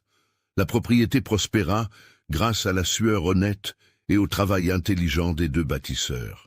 Le modeste potager se transforma en champ fertile de blé et de légumes, le verger de pommiers et de pêchers prit racine sur le versant ensoleillé, et le petit pâturage abrita des vaches laitières qui assuraient l'abondance de la table. Mais la véritable richesse de cette maison ne se mesurait pas en sacs de grains ou dans la production des fromages qu'ils se mirent à vendre au village, mais plutôt dans la paix absolue et l'atmosphère d'amour inconditionnel qui régnait entre ces murs de pierre et de terre. L'harmonie entre Auguste et Céline était profonde et inébranlable. Ils construisirent une vie fondée sur le dialogue, l'entraide et un respect infini des qualités et des limites de chacun. Les flirts indirects et les regards passionnés de l'époque de la construction s'étaient transformés en une complicité mature, où un simple contact sur l'épaule pendant le labeur ou un sourire échangé près de la cuisinière à bois portait le même poids que 1000 déclarations d'amour romantique. L'univers sembla bénir cette union avec le plus grand et le plus beau des dons par une journée lumineuse de mars 1918, lorsque les pleurs forts et vigoureux d'un nouveau-né résonnèrent pour la première fois entre les murs de la maison de pierre. Madame Léonie, qui était montée à la montagne quelques jours plus tôt pour aider à l'accouchement, déposa le petit bébé vigoureux, rose et plein d'énergie dans les bras de Céline, avec des larmes d'émotion pure coulant sur son visage, marqué par le temps. C'était un garçon robuste qui reçut le nom de Théodore, en hommage à son grand-père, portant dans ses yeux la même intelligence perspicace que sa mère, et, dans sa carrure, la force sereine de son père. La naissance du fils apporta une couche de lumière encore plus intense et vibrante sur le plateau du sapin blanc. Il n'y avait pas de place pour la tristesse, la peur ou les sombres difficultés dans ce foyer. Le petit garçon grandit entouré d'un amour immense, bercé par le son des berceuses que Céline chantait doucement et par les vieilles histoires qu'Auguste racontait tout en sculptant de petits jouets en bois pour son fils. La maison était quotidiennement inondée de rires d'enfants, de jeux sains et de la joie pure d'une famille qui savait apprécier chaque seconde de la vie. 2 ans plus tard, le bonheur se multiplia avec l'arrivée de la petite Aurore, une fillette aux cheveux bouclés et au sourire facile, aussi éclatante de santé et radieuse qu'un rayon de soleil matinal. L'enfance de ces enfants fut un véritable conte de fées rustiques, se déroulant dans une sécurité, une paix et une santé absolue. Ils grandirent en courant à travers les champs en fleurs, apprenant de leur père à respecter le rythme des arbres et la valeur du travail honnête, et de leur mère l'amour des lettres, de la poésie et de la bonté envers son prochain. Il n'y eut pas de menaces réelles, pas de cruels accidents, ni de maladies graves. Seulement l'expérience pure de l'enfance, dans son état le plus beau et le plus naturel. Auguste fabriquait des balançoires parfaites aux branches basses des mélèzes, et Céline organisait des pique-niques lors des chaudes journées d'été, étalant une nappe à carreaux sur l'herbe tendre. Voir Théodore et Aurore grandir forts, respectueux et profondément aimés était la confirmation quotidienne que la décision prise des années auparavant, celle de ne pas abandonner cette montagne et d'affronter l'hiver, avait été le choix le plus juste et le plus divin de leur existence. La maison, qui avait commencé comme un pari contre le désespoir, était devenue une forteresse inexpugnable d'amour et d'espoir familial. Un lieu où seules les bonnes choses et les souvenirs heureux osaient prendre racine. Le temps, qui avait autrefois été un ennemi à combattre dans la course contre le blizzard et le gel, s'écoulait désormais comme un ami bienveillant et doux, peignant d'argent les cheveux d'Auguste et de Céline, sans jamais voler la tendresse de leurs regards, ni la fermeté de leurs mains jointes. Les décennies s'égrenèrent doucement. Nous voici à l'automne de 1950. Le monde en contrebas avait radicalement changé. Le petit village de Saint-Julien s'était agrandi. Des chemins de fer traversèrent les vallées. Le bruit des premiers moteurs commençait à remplacer le hennissement des mules, et les lumières électriques éclipsaient les étoiles de la ville. Mais là-haut, sur le plateau du Sapin Blanc, l'essence du lieu demeurait immuable, protégée par une aura de paix sacrée et un temps préservé. La propriété était maintenant une ferme prospère, luxuriante et impeccablement entretenue. Théodore était devenu un agronome respecté et un père de famille aimant, et Aurore, une institutrice dévouée qui enseignait à la nouvelle école du village, tous deux revenant à la montagne chaque week-end pour remplir la cour du chahut de petits-enfants en pleine santé et de jeux sans fin. La grande maison avait été agrandie, dotée de chambres confortables et de larges galeries. Mais la pièce d'origine, celle où ils avaient affronté le premier hiver, demeurait intacte et intouchable. Le cœur battant de l'histoire familiale. Par un après-midi doré et silencieux, Auguste et Céline étaient assis côte à côte sur la galerie aux larges lattes de bois, observant le soleil descendre lentement derrière les pics bleutés du massif. Auguste avait passé la soixantaine, le visage marqué par les rides profondes et dignes que seule une vie de travail et d'amour véritable parvient à dessiner, les cheveux complètement blancs. Mais les mains encore fermes et la posture toujours fière. Céline, avec cette beauté sereine que l'âge n'efface pas, mais transforme simplement en une élégance tranquille, gardait son châle en laine sur les épaules et un livre de poésie reposant sur ses genoux. Le silence entre eux n'était pas le silence tendu d'étrangers de ce premier voyage, mais la symphonie réconfortante d'âmes qui s'étaient déjà dit tout ce qui importait et qui, désormais, profitaient simplement du miracle de leur compagnie mutuelle. Auguste leva sa main vieillie, trouva les doigts de Céline sur l'accoudoir du fauteuil à bascule et les serra avec la même délicatesse et la même force que 40 ans auparavant. Il regarda les pâturages verts, les arbres robustes qu'il avait plantés de ses propres mains, et enfin, il posa les yeux sur la femme qui constituait la fondation la plus importante de tout ce qu'il appelait sa vie. Le vieux charpentier soupira, un son long et apaisé, et déclara à voix basse, avec un tendre sourire dansant sur ses lèvres, que le notaire et le riche propriétaire s'étaient trompés sur la force des montagnes. Il affirma, en plongeant son regard dans ses yeux, qui conservaient encore l'obstination brillante de la jeunesse, que ce n'étaient ni les pierres des fondations, ni le bois épais du toit qui avaient empêché le froid de les détruire, mais bel et bien la certitude qu'à chaque clou planté et chaque motte de terre pétrie, ils sculptaient l'affection qu'ils ressentaient l'un pour l'autre.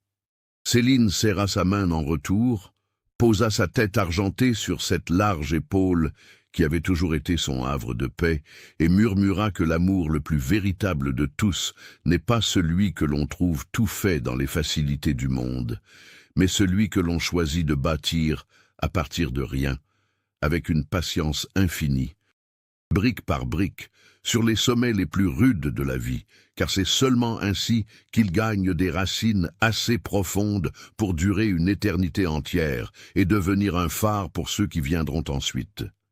Et là, sous la lumière dorée du crépuscule qui peignait le ciel d'espoir et de permanence, le couple qui avait dompté la montagne et érigé un empire d'affection à partir du néant demeura uni, prouvant pour toujours que l'œuvre la plus grandiose, la plus majestueuse et la plus inébranlable qu'un être humain puisse ériger sur la face de cette terre est et sera toujours la magnifique histoire d'un amour construit pour durer.